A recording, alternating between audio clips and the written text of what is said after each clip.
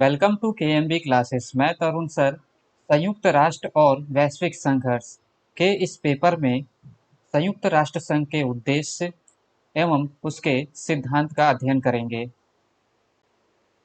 यह video BA honours third year के students के लिए बनाया गया है। जैसा कि हम लोग पहले ही पढ़ चुके हैं कि संयुक्त राष्ट्र संघ का उद्भव कैसे होता है, इसका जन्म कैसे होता है। इस वीडियो में हम पढ़ेंगे कि संयुक्त राष्ट्र संघ को बनाने का उद्देश्य क्या था, उसके क्या सिद्धांत थे। तो जैसा कि हम जानते ही हैं कि 24 अक्टूबर 1945 को संयुक्त राष्ट्र संघ का जन्म हुआ था, यानी कि इस संस्था का निर्माण हुआ था, शांति और सुरक्षा को कायम करने के लिए बनाया गया था। यानी कि जो बड़े बड़े विश्व युद्ध हो रहे थे उनको कैसे रोका जाए और समस्याओं का समाधान कैसे किया जाए, शांतिपूर्ण तरीके से किस तरह से विकास किया जाए, इन सभी चीजों को लेकर संयुक्त राष्ट्र संघ का निर्माण किया गया।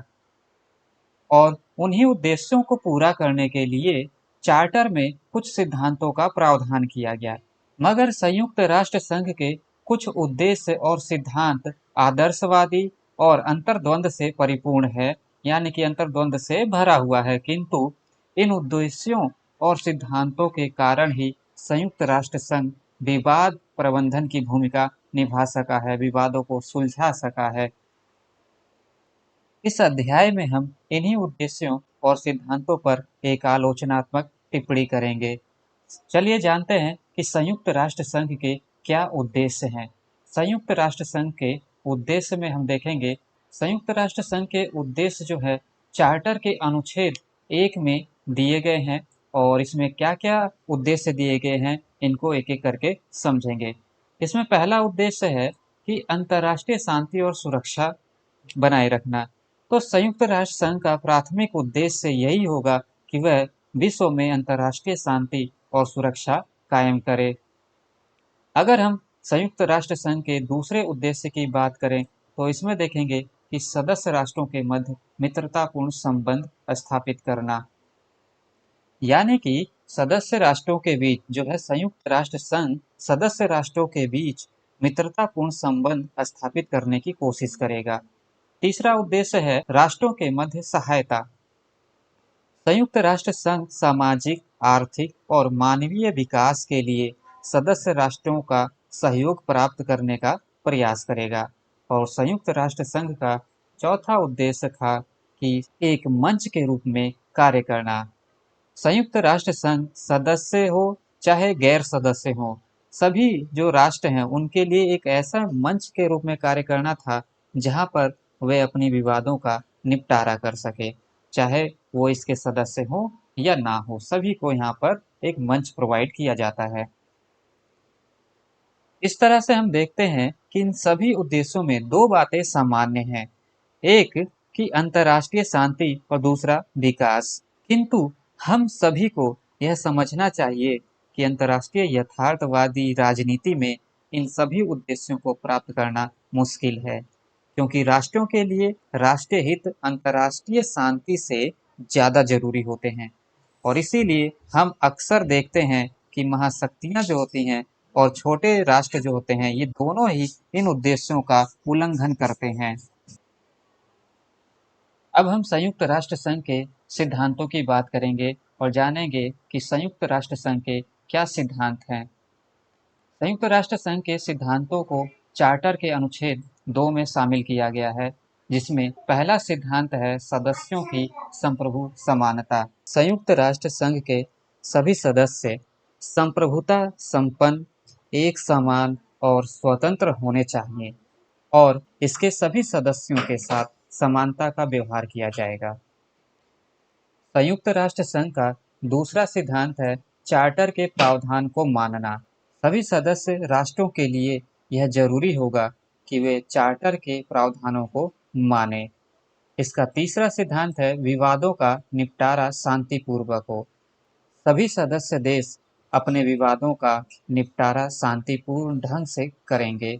और चौथा सिद्धांत है सैनिक कार्यवाही से बचना, यानी कि जो भी सदस्य हैं वो एक दूसरे के विरुद्ध सैनिक कार्यवाही से बचेंगे।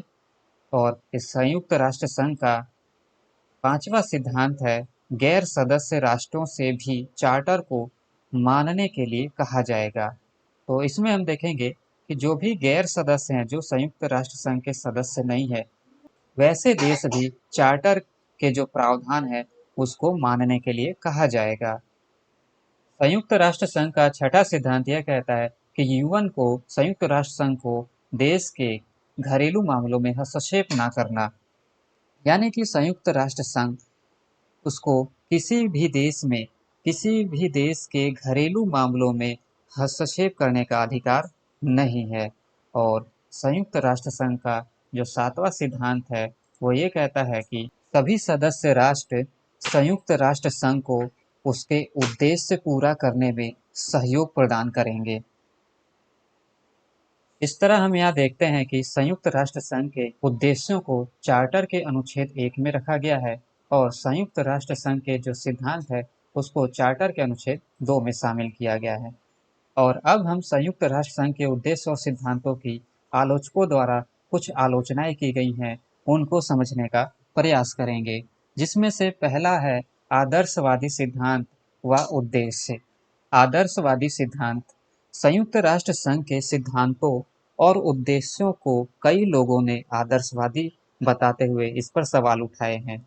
आलोचक कहते हैं कि कोई भी संस्था गैर सदस्य राष्ट्रों को उसके नियम मानने के लिए कैसे बाध्य कर सकती है, क्योंकि हम यहाँ देखते हैं कि संयुक्त राष्ट्र संघ द्वारा इसके उद्देश्य और सिद्धांतों को गैर सदस्य राष्ट्रों को भी मानने के लिए कहा गया है। अगली आलोचना आलोचकों द्वारा की जाती है कि अंतर्राष्ट्रीय एवं घरेलू मामलों के बीच भेद करना असंभव है। यदि हम संयुक्त राष्ट्र संघ का छठा सिद्धांत देखें, जिसमें इस संस्था को किसी भी देश के घरेलू मामले में हस्तक्षेप करने का अधिकार नहीं दिया गया है, चार्टर को भी विवादास्पद बना देता है।